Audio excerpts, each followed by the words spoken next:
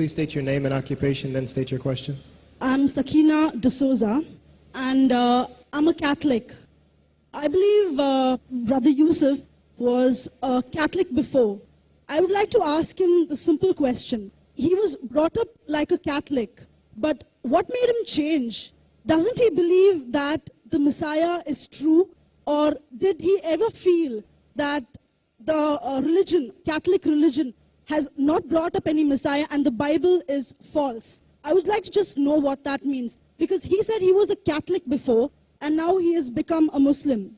What made you change? What was that storyline before? Doesn't he believe that there is a Messiah, or the Messiah had come, saved us, died on the cross? Thank you very much for a good question. I hate to disappoint you, but I wasn't a Catholic. But I was with a Catholic priest the night that he accepted Islam. And I asked him these questions you asked me. Because after all, I was still a Christian, a preacher in Christianity, and I wanted to know why my best friend, a Catholic priest, had converted. That's a pretty weird thing.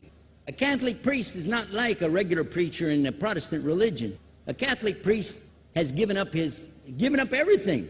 He's given up his life to be a Catholic priest. When he enters into this realm, he's basically given away everything. He can't have a wife, he can't have children, obviously no grandchildren. He has no home, he just lives in a rectory or wherever they give him a place to stay. And he's sent wherever they tell him to go, do whatever he's told to do, and that's it.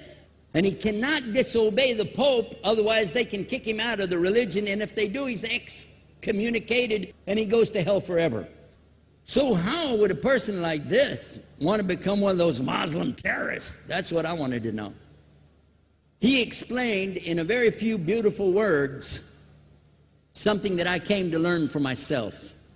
He said that he was sincerely in the Catholic religion because he believed in God, that he had studied, his degree was in theology, and a part of the teaching that they as priests have is to study Islam. Every priest is forced to study Islam. Now you may not know that, but you can ask your priest and he'll confirm it. And when you study Islam, even when Islam is taught to you by somebody who hates Islam, as long as they don't corrupt it too far, you can still see the truth in Islam. A classical example happened to me just recently when I was in Saudi Arabia. A friend of mine, very old copy of one of the first Qurans ever translated to English by George Sale. George Sale hated Islam, he hated the Muslims, but when he translated the Quran to English, he was true to the text of the words. Although maybe not getting all the meaning, he certainly was true to the text of the words. I was shocked when I read it. Have you seen it? You know what I'm talking about? Amazing. And listen to this. George Bernard Shaw, for instance, is one of many, a long list of people who read this and realized the truth of Islam. When people see the truth of Islam, it can change them if they want to be guided. If they want the truth, it can change them. You might think, I'm a Catholic, I'll never be anything but a Catholic. But I'm going to ask you a question, and I want you to be honest. This is not for you to, start a debate, but just be honest. Was Jesus a Catholic?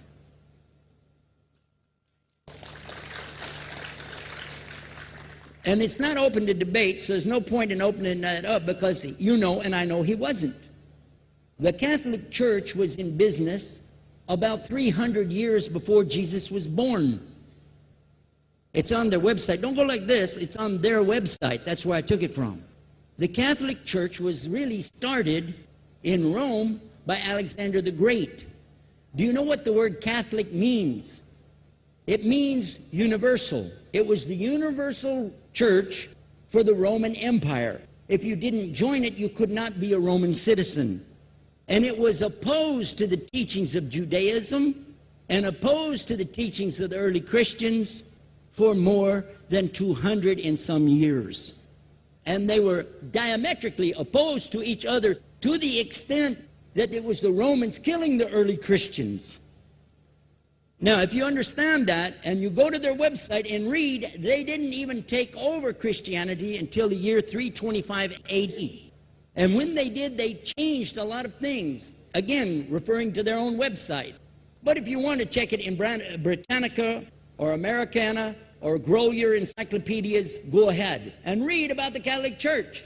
When, in August of 325 AD, at the Nicaea Council, they took over, first thing they said was, let's change the date of the birth of Jesus to be the same date as that of Mithras, which was the god, one of the gods worshipped there, and also the sun god's birthday was the same day, December the 25th, believing it to be the shortest day of the year.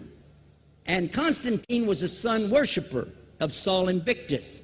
Go to the website, read it for yourself. There are a lot of points, but not the least of which, even today, if you go in any Catholic church, and I have, you'll see so many portraits and statues and idols and images throughout the whole place, that for the one who's never experienced that, for a Muslim who knows about these images, he'll be like, whoa, a'udhu billah. Whoa, what's this? The first time I walked in a Catholic church, I was about 10 years old. I was shocked. I was shocked at the idols and statues everywhere, because in the Protestant religion, we were brought up to believe that the second commandment was just as important as the first commandment. The first commandment in the Bible, in Exodus, is the same as the first commandment in the book of Deuteronomy. It says, I'm the Lord your God that brought you out of the land of Egypt in the house of bondage. You know no other God beside me. Beside me there's no other gods. Thou shalt not have any other gods beside me. How many in this room agree with that commandment? Raise your hand. You notice the Muslims are raising their hand, because it means Ashhadu la ilaha illallah. That's the first commandment for us as well. The second commandment you have clearly says, thou shalt not make any idol, any graven image of anything that creeps upon the earth, swims in the sea beneath, or flies in the air above. And I was sitting in a church one time, sitting there in the morning service, watching, the preacher talk, and they go on and on and on, and sometimes you lose your train of thought. I was looking. Whoa! On the front of the podium, there was a fish. A fish. For the symbol, make you fishers of men. They had a fish. I said, whoa. Then I looked up above his head at the big stained glass window, and it had a dove, and he had the olive branch in his mouth. The dove is flying, the bird, I said, whoa. And then I look over here, and there's a cross with a man hanging on it. And I said, wow, they didn't miss a single one. They got them all. Something walking on the earth, something swimming in the sea beneath, something flying in the air above. So look at these two things. Clearly, the first two of the 10 commandments, bang, bang, boom. Because if you said God is more than one, where did you get it from? When Jesus is talking to his own companions, and they ask him, what's the greatest commandment? Mark 12:29. Clear. The greatest commandment is to know, O Israel, the Lord your God is one God. And you have to love him with all your heart and all your mind and all your strength. And this is no different from what Prophet Muhammad ﷺ was saying, the same thing to his people. Same thing I mentioned in the lecture. This is certainly for us the same. So what you see is Muslims practicing the commandments, and you see people claiming the commandments but practicing something else.